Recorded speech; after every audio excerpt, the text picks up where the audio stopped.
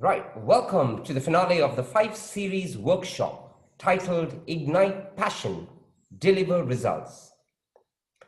Over the past month, we have discussed a number of key topics which were curated and designed to invoke thought about your own development. We have now reached the summit, and today we're discussing what it means to seize opportunities disguised as inconveniences. Couple of house rules before we off. Please do be on mute and keep your videos on where possible. As we always say, it's going to be a lot nicer to see some other faces instead of our own.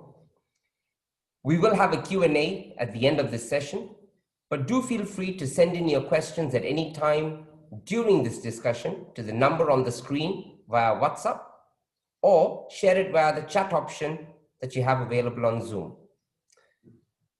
The modality for this afternoon is a 20-minute presentation, followed by a guided conversation and Q&A for the next 40 minutes.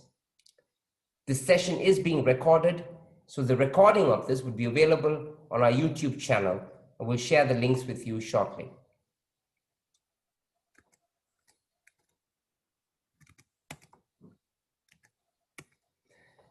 The famous observation credited to Winston Churchill, which was supposedly made during the bleakest days of World War II, has much to teach us today.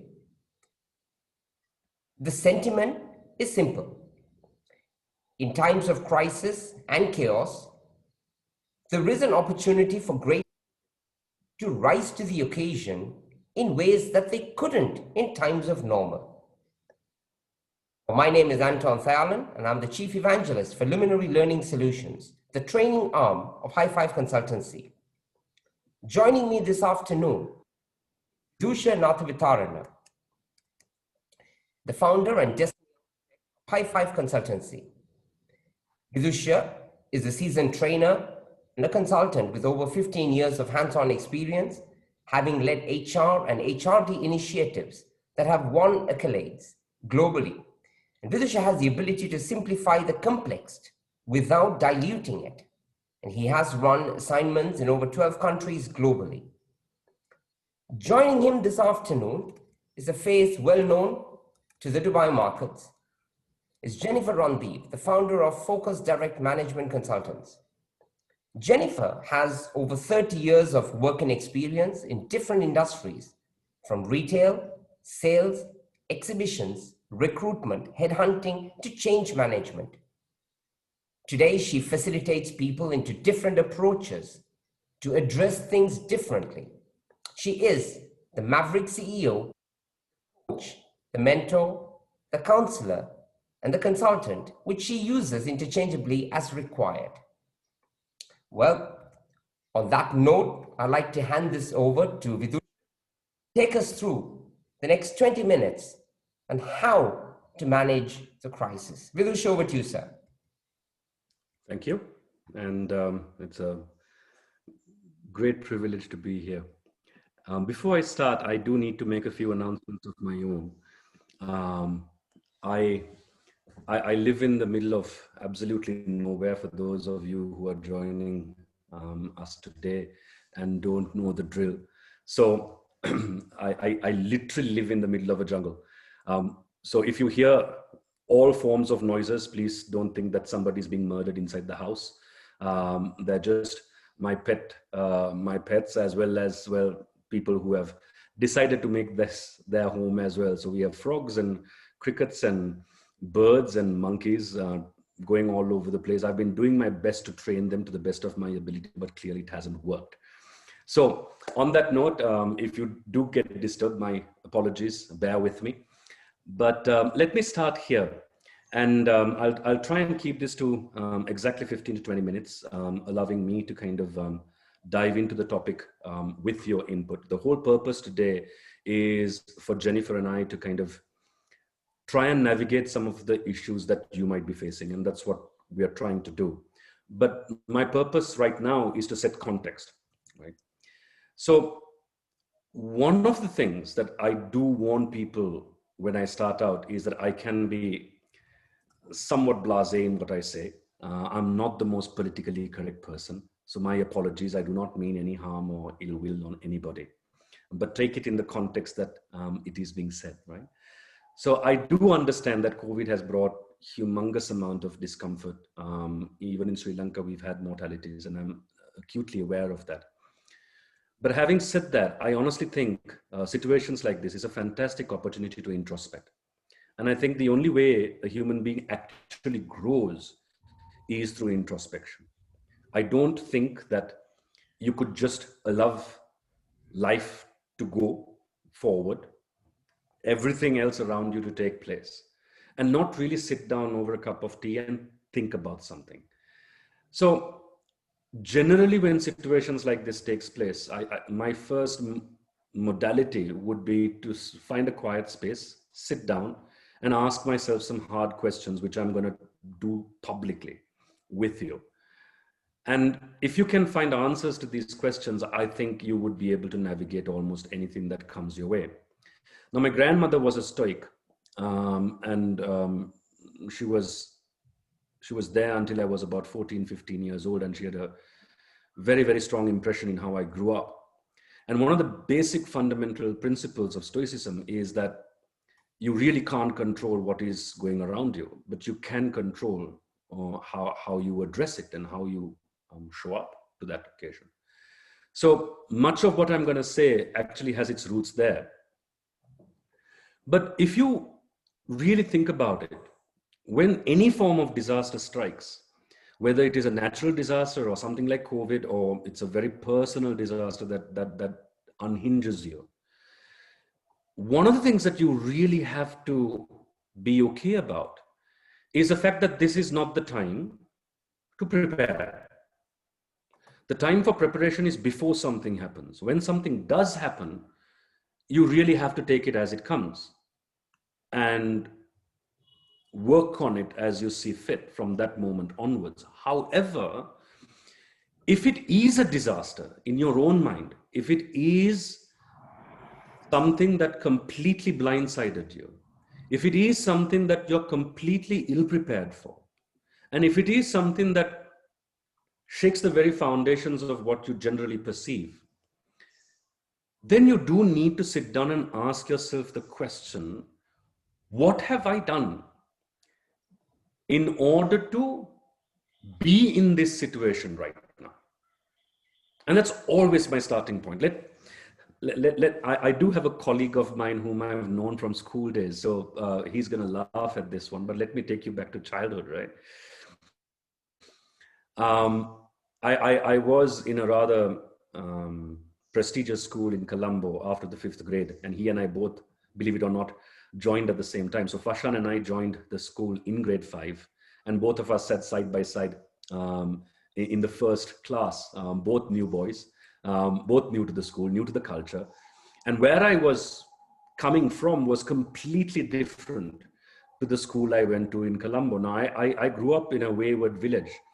My dad was the first to ever come to Colombo in his entire family. And it was a big deal to come to a Colombo school. And we have in grade 5 something called the scholarship exam, where you take an exam, and if you do reasonably well, you do have the opportunity to go into any school you want, and you're on scholarship. Now, I was on scholarship at St. Thomas's, and that was the only reason I was able to go to that school in the first place. But there was a caveat to this, which was that unless you get a certain grade, you can't continue in the school, and your scholarship gets taken out. So every year, you have a certain percentage of marks that you need to achieve. Now, I wasn't the most studious kid in school, and I worked really hard. But I guess any 10-year-old, 11-year-old studying mathematics and sciences and everything else that is in front of you is probably the last thing on your mind, especially if you can come from the kind of background I came from, where after school we would walk by the bridge, jump into the river and have a swim and play until about 4 o'clock in the afternoon, and only then do we go home. So if that's where you came from, being in the boarding and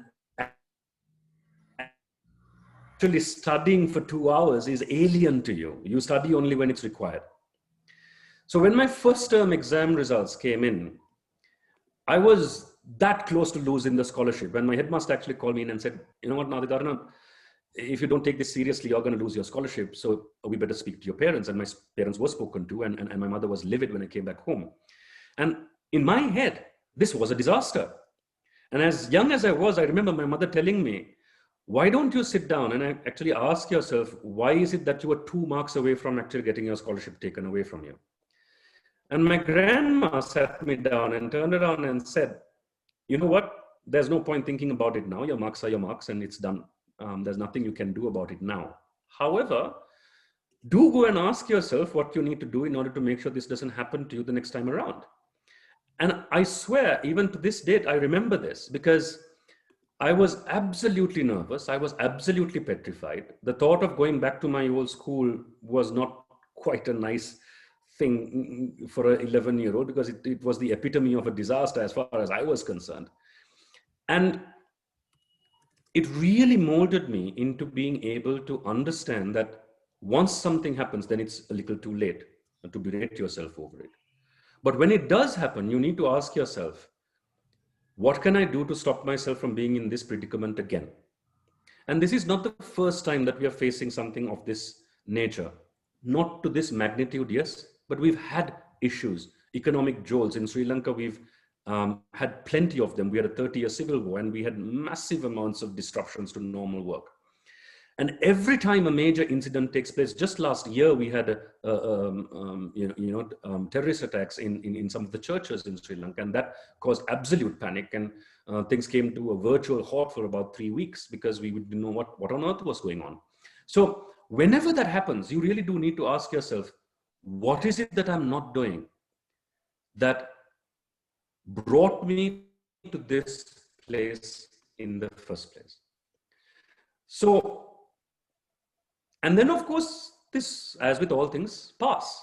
When it does, we too relax and we make the horrible mistake of allowing ourselves not to learn the lessons that we need to learn. And I think you do need to prepare for worst case scenarios. Every single business management course that you undertake in your first year itself talks about strategic planning, 5-year horizons, talks about disaster preparedness, talks about what if scenarios. All of this is taught as basic fundamental tools. Yet we never learn and we think it wouldn't happen. I mean, I can't afford to say anything much. I smoke, right? And Jennifer is going to smile on this one. And right. Now, if you do smoke, you need to be okay about the fact that you'll wake up one day and the doctor is going to tell you that you've got cancer. And if you're okay with that and you're able to take it with a smile and bat on as normal, well, good luck. That's fantastic. However, if you're one of those people who's going to wake up and say, oh my gosh, I can't believe this is happening to me, well, then you need to relook at your assumptions about yourself. So you know yourself best. You need to figure out what actually you are able to do and you are able to live with. The gap between that two is what you need to plan for. So what is a crisis? Well, on the one side, it clearly is something that you need to watch out for. It needs to be something that you take cautiously. It needs to be something that you are absolutely aware of. At the same time, the opposite of that is that it is a fantastic opportunity for you to explore something that somebody else might miss, or you yourself might have missed under normal circumstances. Now, once again, COVID is a fantastic opportunity if you look at it as an opportunity, because this is the first and only time in our entirety of our careers as trainers that this was even remotely possible. We've talked about online training for the last 10 years. We've wanted to be on online platforms for the last 10 years. We've talked to our clients and said, you know what, you have operations overseas. Why don't we have a couple of programs rather than flying out, which, sometimes doesn't happen simply because of cost. Why can't we do it online? And they used to always turn around and tell us, you know what, online training doesn't work. Well, here we are now. We would have situations. Sri Lanka is a pretty small place, but the roads are somewhat bad. So it takes quite a long time to travel 100 kilometers or 200 kilometers inside it. We would have people coming from up north, from the northernmost point of Sri Lanka, all the way to Colombo, spending 7 hours to make one small presentation at their assessments and go back 7 hours after it, without considering the option of doing it online. That's an entire day wasted. And whenever we bring this up, people generally turn around and tell us, you know what, it's important, so they must be here physically. We'll try doing it now, right? In lockdown. Now, we're completely comfortable doing a performance appraisal online. We're completely comfortable having a business meeting online. We're completely comfortable putting our signature online and having a multi-million-dollar transaction taking place, which we would have never considered if not for COVID. In fact, we are now talking of not only working from home, working from anywhere and making that happen. I think that's fantastic, isn't it? So all of a sudden, you find that lots of things that people would not even remotely consider as possibilities being considered. And I think that gives you a perspective of where we need to look at this from, rather than looking at it from a completely negative perspective and just simply sitting down there and weathering the storm. I think this is the time to pivot. However, if you want to pivot, then I think 3 fundamental principles comes into play. The first is you must have the capacity and the skills to be able to do that. And simply turning around and saying this won't work in our culture just doesn't cut it anymore. I think you need to have a certain amount of nimbleness as an organization and the ability to kind of be agile. And agile is something that people talk about all the time in the IT world, but it's rarely spoken of in mainstream organizations. But agility, I think, is a massive, massive, massive pivot. And you do need to be agile in order to make use of opportunities. You can't be the monolithic organizations you used to be.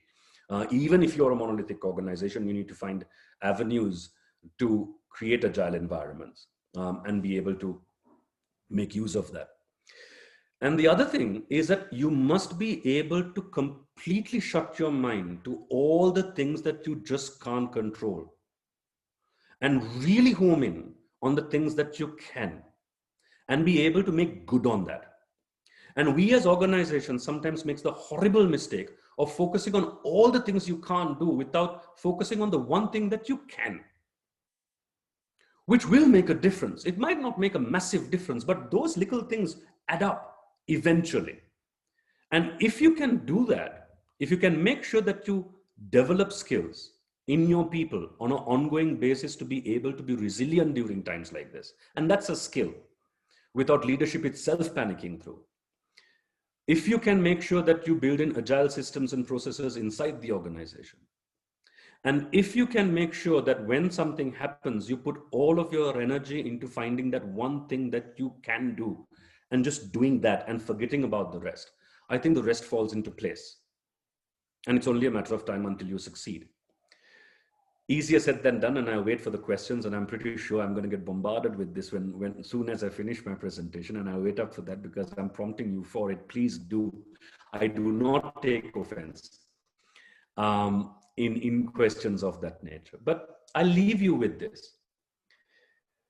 Before we talk about organizations, and Jennifer will dive into this when we move into our Q&A, I think it's important as individuals to ask ourselves the question of why were you affected in the first place?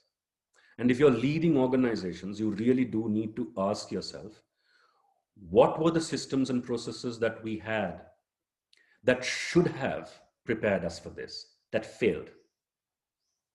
And make sure that those are robust going forward. How will you pivot? What is said, what is done, and after all that is said and done, there's nothing you can do about it. But at least from this point going forward, should something happen again, what are the anchors that you would rely on? What are the things that you would use to pivot the organization? And how will you ensure that you're not caught unawares the next time around? Now, those are not easy questions, and I'll wait for you to kind of explore your issues so that we can relate to this and give you some pointed answers. But if organizations do this on a periodic basis, if we do it on a periodic basis, then I think we will have issues, but I don't ever think that we will have a disaster. And I think there's a world of a difference between the two. So with that, I think that's 17 minutes. I'll bring it to a close. I'll stop my presentation and I'll wait for your questions, because I think that's what we're all here for, and that's what we love to do, to be able to answer questions and get very focused about trying to see how best we could help you with some of the issues you face. So with that,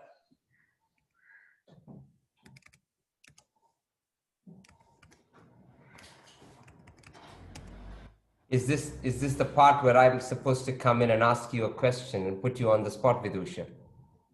well, yes. And after that, we can allow each one of the people who are logged in to kind of put us on the spot as well. So go for it. I know you had a question from one of the members who had written in early. And we did ask people if they have questions to do let us know. So we had a few. So start off with one and then we'll roll with the rest. Sure. And I had someone who'd sent in on a WhatsApp message, right? And I think you touched on it a little bit, but I think we'll dive into that just the same. Personally, what does this crisis, our own crisis right at this moment, have to teach us? How do we learn from that? And from a professional perspective and from a society perspective, can you say the same, please? So I'm going to... Jennifer, you want me to go first? Throw this either at Jennifer or at Vidusha, and I enjoy this role. You do the corporate side, I'll do the individual side. How's Perfect. that? Oh, Right. So I do think I'm not going to kind of repeat what I said, but let me try and augment on that. Okay. One of the things we do as an organization when we work with organizations and we consult for them is to ask the question of, are you prepared for situations? I'll give you an example. So we do, we live in a tropical country, and I think it's it doesn't come as any surprise that we have a lot of rain. And in Sri Lanka, you have three major parts. One is the wet zone, which there's incessant rain. There's a dry zone that only rains at certain times. And then there's a little bit of in between as well. So we had a client who was in the wet zone, which means that out of the 12 months, you would have rain at least for 10. And whenever the rains hit its peak during the monsoons, their raw material store would sometimes get flooded. Okay. And so we walked in there, and one of the jobs that we had to do was to kind of identify risks and look at a risk mitigation plan. And this was one of the most obvious. And we asked them, why is it that we didn't raise the floor in the first place when we built it? And the answer was, well, it doesn't flood all the time. Now, yes, it doesn't flood all the time, but if you are looking at weather patterns, it has become horribly awful in the last couple of years. And all the indications were that we will have a little bit more rain than usual. They started building the factory during a monsoon period.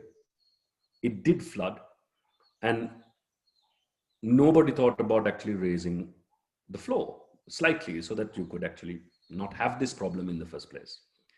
So in the short term, we came up with lots of little solutions, but in the long term, we were very clear that we would do this. And we did a simple cost benefit analysis of this. The capital investment of actually having a brand new store, warehouse, compared to the kind of losses they were having because of work stoppages, as well as some of the raw materials actually being soaked and therefore not usable.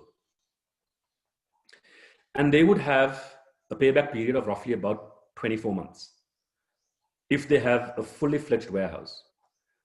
Now, the moment they did that, they realized that not only was the payback period a lot faster, but also it made life so much easier on the management because they were not firefighting all the time whenever it rained, and people did not have work stoppages as much, and therefore efficiency went up as a byproduct of that. Now, As an organization, I really do need to, I would really tell people, if you don't spend enough time asking the question of what can go wrong and preparing yourself for that, and making sure that you train your teams to be able to take that when it happens. And that requires skill and requires a lot of training as well. People don't necessarily respond to chaos quite well. People don't respond to ambiguity all that well. People don't respond to volatility all that well. We all want a certain amount of stability in our lives. And not having that drives most of us nuts. So unless we prepare our organizations for that, not only from a systems, processes, IT, that perspective, but very critically in preparing people for that and their mindsets for that, then I think we haven't learned anything from COVID. On that note, I'll pass it on to you, Jennifer, on a personal front. Jennifer, your thoughts? It's interesting what we're hearing here. And God knows I have learned a lot. So thank you very much for that, Vidusha. Just a simple question I'd like to ask all of us is, when we're in the office, do we actually practice on fire drills? All right. So why do we do that? Simply because we are arranging to be prepared that in the case of a fire occurring, we would actually be able to manage it. So now, is it only necessary for organizations to do this, or is there any way that we as individuals within the organization can also bring something forward for people to become more aware that they have to care not only for themselves, but everyone else as well? So how do we manage that? First and foremost, are we really aware of what it is that we consider important? Do we consider ourselves important enough or valuable enough so that we can take care of situations as and when they come, and not just be blasé that sometimes, that we will just let things pass and everything will take care of itself? We have to be aware, and that's what I keep repeating. Awareness is one important thing that we all must choose to become, and it only will happen when we have different ways of questioning ourselves, because the questions that we need to really ask sometimes are extremely uncomfortable. Okay, I'll give you an example, a couple of questions I have asked myself to get me out of my own way, because usually if we look at situations, we are in our own way and not allowing anything new to show up because we're fixated that this is the only way. So I've asked questions, am I responsible for this? And if I had to change this, what would I have to do differently? So how many times do we really want to do things differently?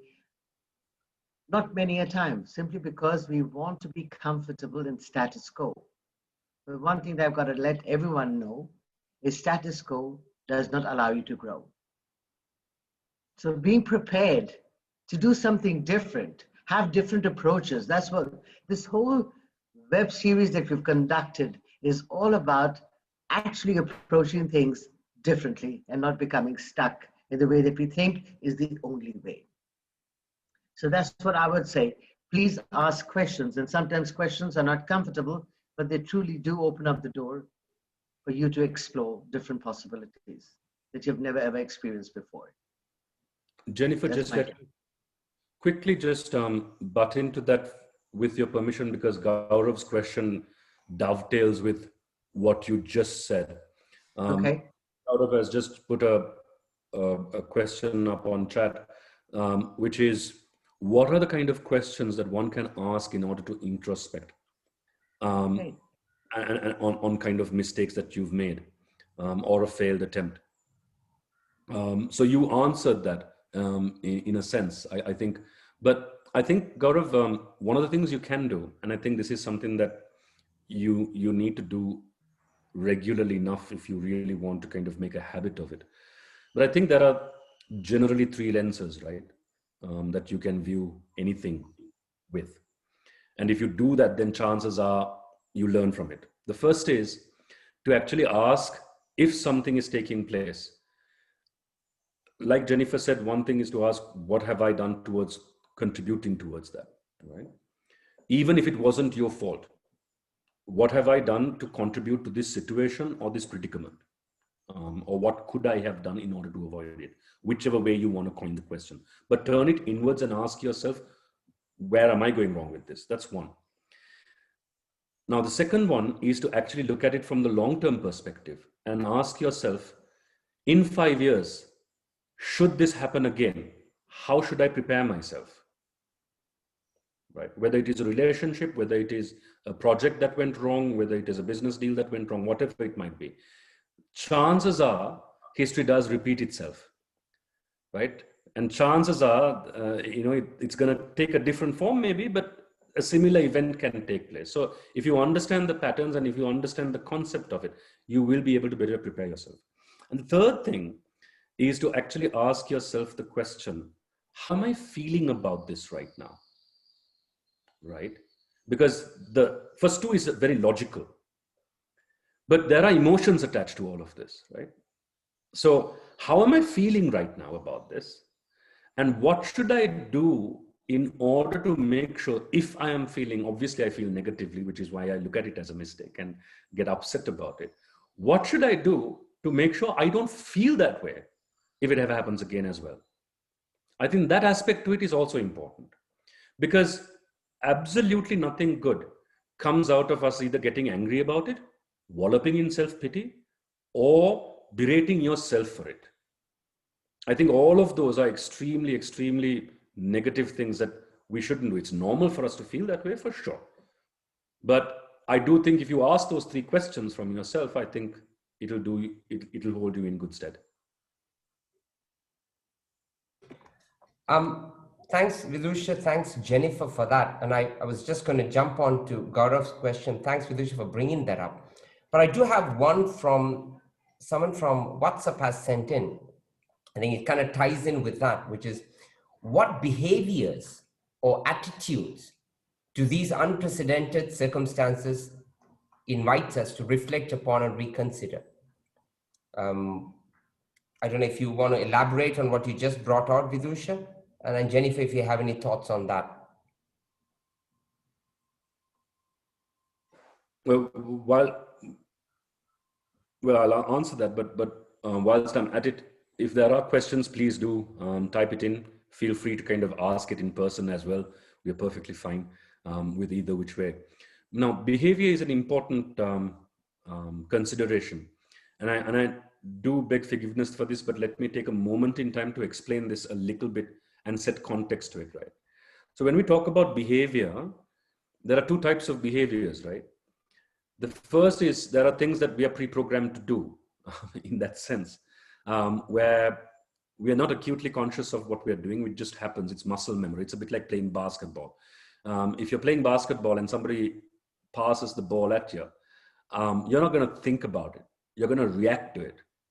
And you've done it so many times over that you instinctively know what to do, right? I think we have muscle memory, and there's an equivalent of muscle memory in how you preconceive things as well in your own mind. So I think when you talk about behavior, you need to address both of this, because lots of what we do in general, we do because we've been taught to do it that way. And we do it instinctively. We don't necessarily think about it. So whenever circumstances like this occur, we draw on whatever we know and we react to that situation. So I think one of the things, especially when it comes to leadership traits and leadership behaviors that is required of people, is that you really do need to stop for a moment and not react. That in itself is a behavior. You need to stop for a moment, understand what on earth is taking place, and reevaluate whether the assumptions that you're holding about this circumstance is true or not.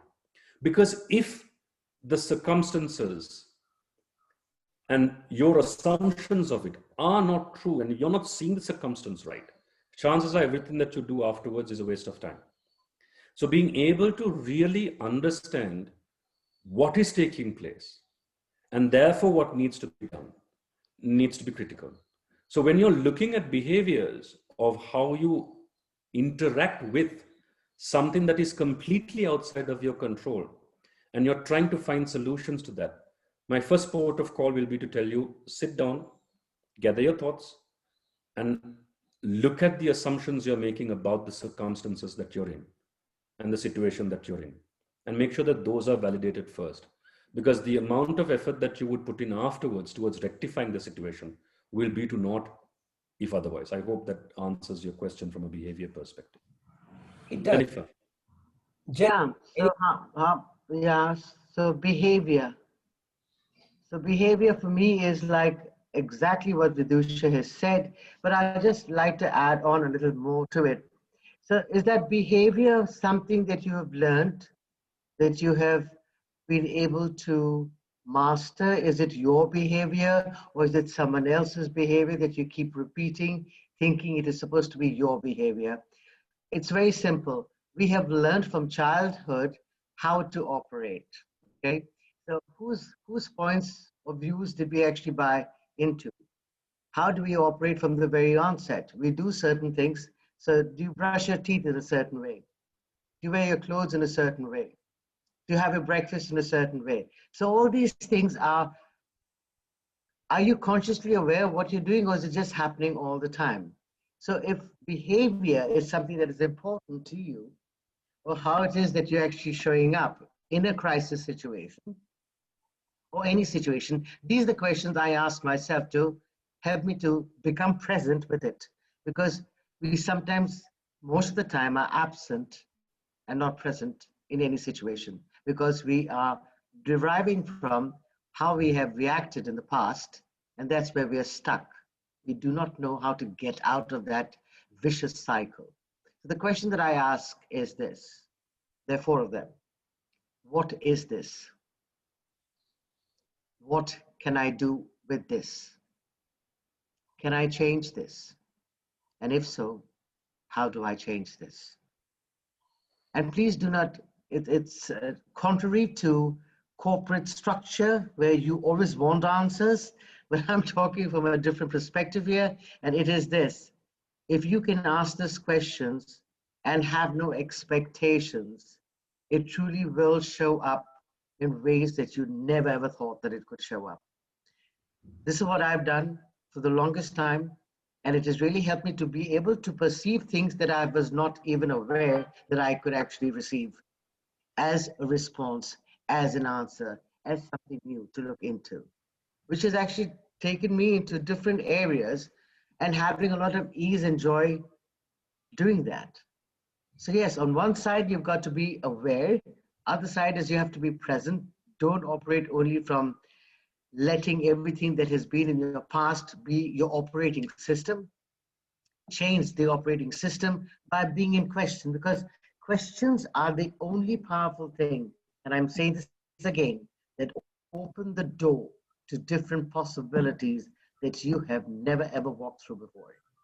So please ask questions, and we can share more questions if time permits.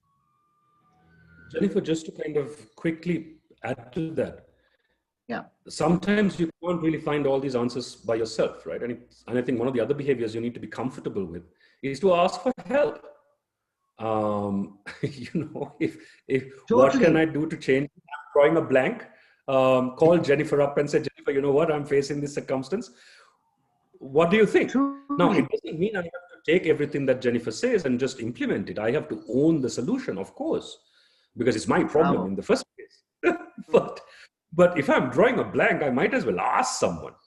But we shy away from that sometimes, and we try and figure all of these things by ourselves. And I do think there's good reason why there are others around us, and it's perfectly fine to ask. And I think it's okay to do that. And I think most of the time, if we do that, we'll have a lot more ideas churning up in our own heads. Vidusha, to add to that also is like, how open are people to truly being vulnerable enough to ask questions? True. You have to have all the answers. Do you have to be perfect? Do you have to be the only one who has all the solutions? No. That's why we all are so unique. I can learn from you today. I can learn from Anton today. I can learn from my office boy, which I have actually done before. And I have no point of view because it's contributing to me to become a better person and to be able to deal with situations in a different way. For sure. So, yes, Anton. No, they always say, the difference between optimism and reality. Said you wish you had all the answers. You'd love to have all the answers, but the reality is no one really has all the answers. And I think both Vidusha and Jennifer brought that out. But let me just take you a little bit back into the benefit or opportunities within the crisis, Vidusha, when you spoke about earlier on. We live in a very digital world, say call it the digital families, right? I'm keen to sort of have you expand on the opportunities that has developed in order to bring in new perspectives. For example, thanks to COVID, we never realized the benefit of having supermarket deliver our goods, the groceries at our doorstep. Right now, with the click of a button, thank you very much, a whole heap of benefits, right? You get the groceries, you get the stuff, you get it delivered to your doorstep, your time is saved. But that's just one aspect. What would you say are the other benefits or opportunities that has come out from a digital perspective? Can I kind of slightly dodge the question, because I think there's a lot of conversation happening about digitalization and digital business that we do actually not see some of the more absolutely simple ones out there. So when the lockdown happened, all of our supermarkets in our part of the world, because in other parts of the world, online delivery happens as a matter of everyday life anyway. But in our part of the world, most of the supermarkets scrambled to get online deliveries sorted out, and they just couldn't cope with the volume. Right? It took them nearly 2 to 3 months to get all of that up and running without a glitch. In the meantime, we had amazing entrepreneurs in the local area, and you'll hear some of them coming around Anton's house with Beethoven playing as music, right? They don't horn, they actually have Beethoven playing. And we often joke about the fact that Beethoven possibly is more popular in Sri Lanka than anywhere else on the planet, because we hear it every day when our bread van comes. They play Beethoven, loud as hell. And these guys sprang up within 24 hours, and they still continue to this date. So we have delivery vans coming in for almost everything that you can think of, from fresh produce to salt to specialized food items every single week. Now, it used to happen every day during the lockdowns, but now they happen once a week. Now, that has no digital platform whatsoever, but within the course of the day, whatever they bring, they've sold. So here were groups of people who sprang to action, understood what was required, and delivered on that. So I think, yes, there are digital advantages, yes, for sure, that you must make use of. But I think you shouldn't only look at the digital aspect of it. The key is this. First of all, you must identify what is the opportunity. Second of all, you must understand how long that opportunity will last for. Because otherwise, you make the horrible mistake of making a huge amount of investments into something that might not last too long. And thirdly, you must understand what kind of business model is required to capitalize on that. And that is critical. You get the business model wrong, then everything, kind of goes south. But answering your specific question, I think there is a massive scope for online learning. I think there's a massive scope for online education. I think there's a massive scope for online entertainment, because the more people have to stay indoors, what else can they do apart from using digital platforms? And I also think that there is a space for collaboration and things like think tanks, which can be done virtually and on digital platforms to actually answer some of the issues that we are having. And we find a lot more collaboration is possible on digital platforms than ever before in physical proximity. So off the top of my head, I think those are 4 things that really can scale up using completely digital platforms and never having to kind of go into the normal mode of everyday business as we see it ever again. Fair. Thanks, Vidusha. Thanks, Jennifer. I've got a question that's coming, but I am mindful of the time. We are into the last 5 minutes. So just one, if you do have questions, do send them in. I've got someone who's typed in saying, why do companies not plan? But let me kind of stretch that a little bit, Vidusha. Good question, though. Quite often, and I know we keep saying planning, and we've had these discussions a number of times where even with the best of strategies laid out, many organizations could not really withstand the COVID impact, and they were really not ready for it, right? But why is there a reluctance, can I say, from the management, the resistance to commit to the level of crisis planning, to sort of lay it all out on a regular basis, call it out as it is, and then be ready to sort of face whatever the challenges are? Why is that reluctance or resistance, Vidusha?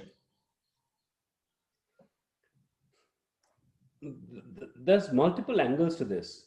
See, for starters, I don't think, and I've been a strong proponent of this for a long time, I don't think we should do strategic planning in the conventional sense. I honestly think it's a waste of time. I think what we need to have is what I would term adaptive planning. You have a fair understanding of where things can go. You have a fair understanding of the kind of scenarios that can play out. You make contingencies just in case everything goes south. But you adapt and sift through as and when things happen.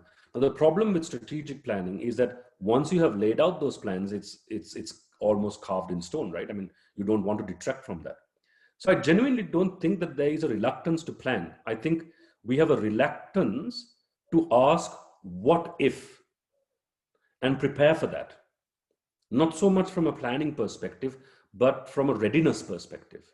And to be ready, like Jennifer said earlier, if you do fire drills, you can't do one fire drill as a tick box exercise for the year just to appease everybody saying that we've done a fire drill. That's not the purpose of the fire drill. The purpose of the fire drill is, if my memory serves me right, in under a minute to 2, you should be able to get the entirety of the population out onto a safe zone. Because within 2 minutes, they reckon a fire can spread quite fast. And if some of the most horrendous fires are anything to go by, under 4 minutes, you can actually have an entire building of about 20,000 square feet burned to the ground. So your window of opportunity to make sure that casualties are minimal is between 1 and 2 minutes.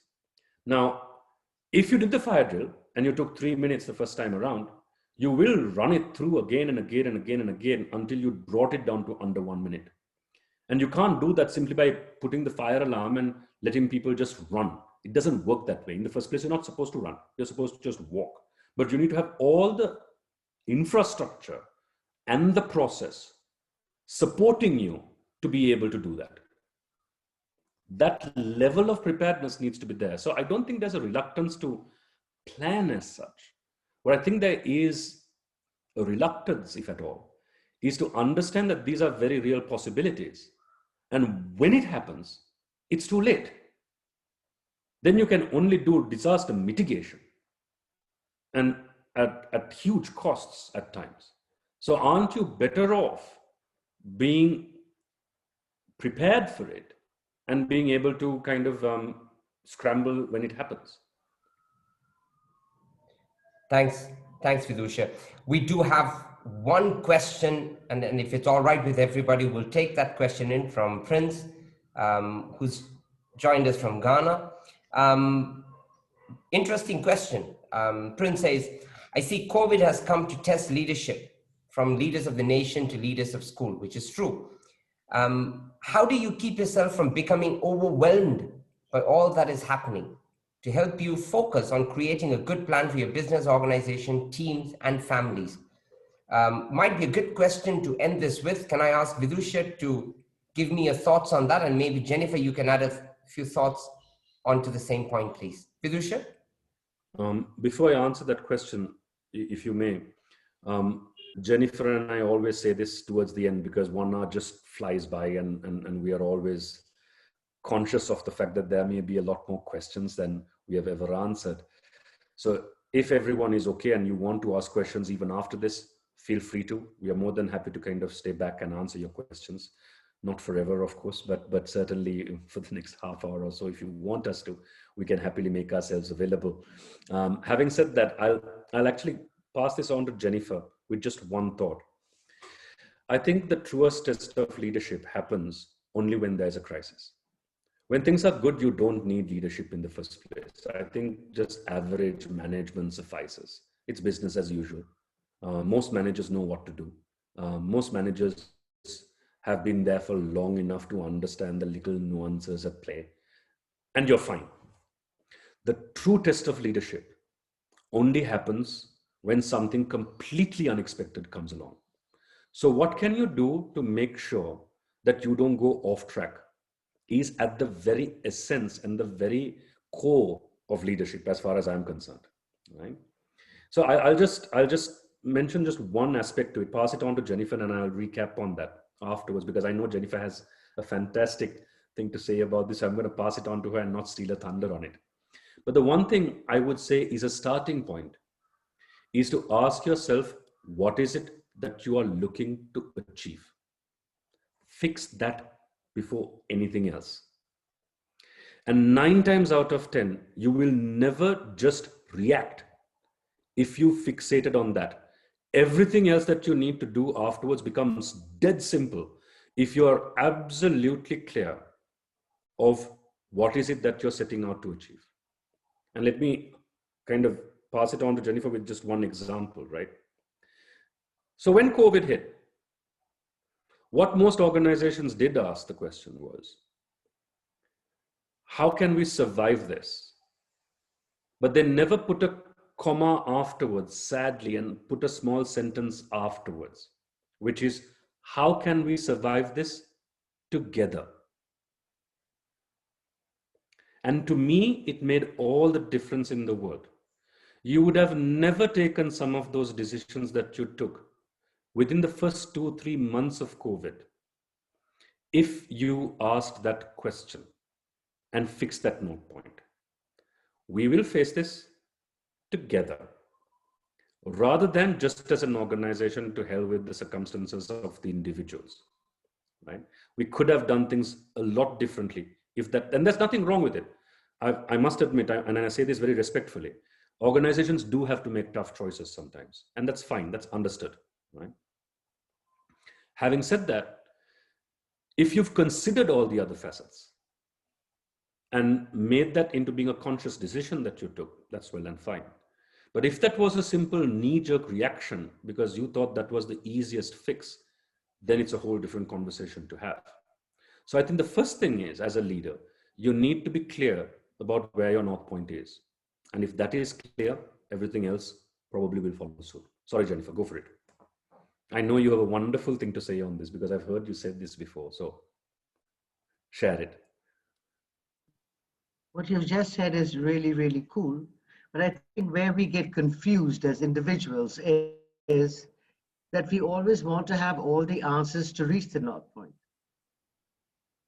Okay, those are the questions, because the funny thing is this, and this has been my personal experience and with the people that I've worked, is that you are never ever shown the whole plan, but you are given one step in that direction to actually take. Because you cannot have a whole plan. God knows everyone has planned for disasters or for all kinds of things, but COVID came and it shook us all of us were shaken. But as you said, many of us did not even go into what can we do together to create greater and to come out of it. Because collaboration has not been the theme. It has always been competition of how I can out-create you or do better than you. But for what reason? Those are the changes that have actually come in that I have perceived as being really, really important for people to really recognize that you can have an amazing vision of where you would like to go, and it's important. But it's not essential for you to have everything chalked out day by day, minute by minute, and in everything, but to be open to being shown. It's always almost like being malleable. Can you be open to change? Can you be open to something different showing up? Because if something has stopped, the way I looked at COVID was, oh my goodness, this is really cool, because what I was doing was getting in my own way. So then, if I only thought that I had to meet people face to face to run my business, it was not working. And I was making myself wrong because I had other priorities. But then when online came in, it's like, wow, I can reach more people. So are we grateful for what is going on instead of criticizing all the time what's not actually working? Because within a crisis, for me personally, there's always been a gift that is hidden. Question is, do we ask questions around it? That's what I'd like to say. Absolutely. Thank you for that, Jennifer. So, Vidusha, did you have something to say? I might be completely wrong, Patrick, but on a couple of occasions, I was looking directly at you. And for a moment there, I wondered whether you had a question, but you were being extremely polite and didn't ask because we were on a roll. Hi, sorry, I turned my microphone on. One thing I've noticed over all of this, and you mentioned culture right at the beginning, and you know, a lot of people's lives have changed all over the world. A lot of people lost jobs. There's a big issue with culture in many parts of the world that they don't accept failure very well. True. In where we are based here in Dubai, I'm obviously from the UK, you can probably tell from my accent. Failures, people consider it a bit shameful, but most people will get up on their own legs and run again. Here it seems culturally, you know, people lose their businesses, etc. As I understand, you know, from talking to friends of mine in the Asian communities, it's in Africa, Asia, etc., it's treated a lot differently. People are ashamed about it. They don't want to admit to it. They have a lot of issues. I mean, I have a friend of mine who's in California. He's in Silicon, you know, he's actually in Los Angeles. He's got a tech startup. He's on his 4th tech startup. His first 3 failed. But over there, it's like, don't worry about it. Have some more, you know, go away, think up of a new idea, come back and have another go. And the 4th one is doing really, really well. And for COVID as you know, has exploded this huge wave of financial issues for a lot of people and business issues, and cultures have to change. Governments have to change to support people to become entrepreneurs, and they have to provide the framework to provide that change environment and to show people you don't have to be scared or ashamed about failure. You have to embrace it, as we've been talking about, and they should be providing the tools and the facilities to allow people to start new ideas and new businesses. No, I couldn't agree with you more. I'll just give you a quick perspective to this as to where it gets bred from. I think in most parts of where our nations are, I think there are 2 major primary underlying factors to understand this. And it's not necessarily from the perspective of failure as such, but it's about being seen to fail. And I'm not doing a play on words here. There is actually a difference. I'll give you an example of this. So one of my very, very close friends, his dad used to do very, very well.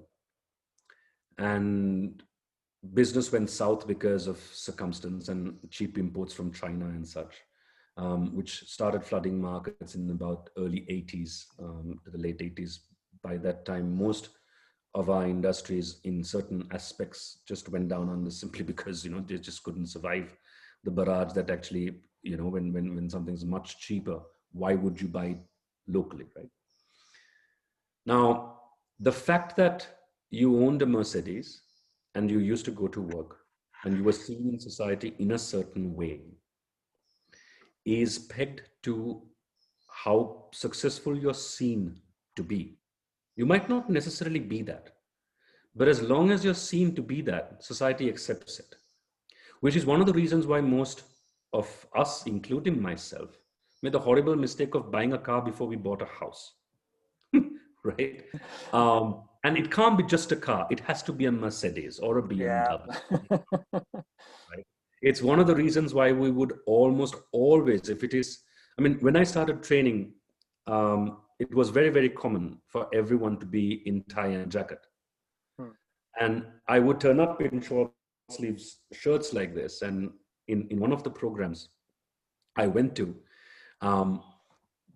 one of the senior managers actually called me to a corner and said, you know what, everything was fine, but if you don't mind, can you wear long sleeves and a tie, because you might actually get mistaken for the T-boy's assistant, because I was young enough to be his assistant, bad enough that you're doing training for our guys. You might want to I don't have a problem with this, but this is how you would be perceived. And lo and behold, soon as I went down, there was a young chap who called me and turned around and said, would you mind telling Kure that I need a cup of tea? Because white shirts and a black pair of pants was generally what Kure was dressed in, and that's just the way it is. So from the perspective of culture, we have a perception of what success means and what it looks like. And as long as you conform to that, you're fine. But if you're not, the way you're treated is different, which is what propagates this culture. So you can't accept failure publicly because of it. And if you do accept it publicly, and without accepting it publicly and actually accepting it for yourself, you can't grow. So it's a catch-22. Yeah. Right? So it perpetuates itself. So it starts from school. If you don't get good enough marks, you're a failure. Right? If you don't get into campus, you're a failure. If you haven't done X, Y, and Z, you are a failure. So you don't want to consider yourself a failure, and we conform to that. But amazingly, whenever we step out of our own countries and move into any part of the Western Hemisphere, we have no problems with it. So I would like to think that it is a culture that can change. Yes. It should change for sure. But I think it can change because the very person who was very much different when they're here goes out to the States and washes toilets or works at a McDonald's with absolutely no shame whatsoever. I couldn't agree with you more. I think we should judge ourselves from the merit of our own worth based on how we are as human beings rather than the size of our pay packets. Absolutely, yeah. And we should be encouraging the people who are in difficult situations, well, encouraging everybody else to, There's no shame in being yourself, seriously. If you failed, you failed. Get up and walk. Yeah. And then walk the talk. Absolutely. Don't just lie down and play dead and because someone said that you were a failure. And like you said before, don't be afraid to ask for help. Exactly. I mean, that's what we're all here trying to actually do for one another. I would love to learn from many people over here. And I would be open for anyone reaching out to any one of us to actually learn a bit more. You know that, Patrick, about us. Yeah, exactly. Yeah. Right. On that note, as mentioned, as Vidusha mentioned earlier on, so if you would like to continue asking questions and having a conversation with us, do stick around. But we are mindful of the time and there are those who would want to continue. So on that note, a quick thank you, Vidusha of High Five Consultancy and Jennifer Randeep of Focus Direct Management for the time and for their insight. As we rightly heard in both the presentation and in the discussions, that in the world of business, we're often guilty of not challenging the norm. We are instead satisfied with following procedures and traditions. Today, as we see, more and more companies are actually opening up and they're recognizing this value, and they're actually encouraging their employees to ask the questions within the organizations. On that note, the question I would leave everyone with is, why are such strategic reviews only reserved for times of trouble? When was the last time your team or your organization sat around a table and critically analyzed the fundamentals of the business? We're leaving you with these thoughts, and once again thanking you for your presence and for your participation. Stay safe, stay productive.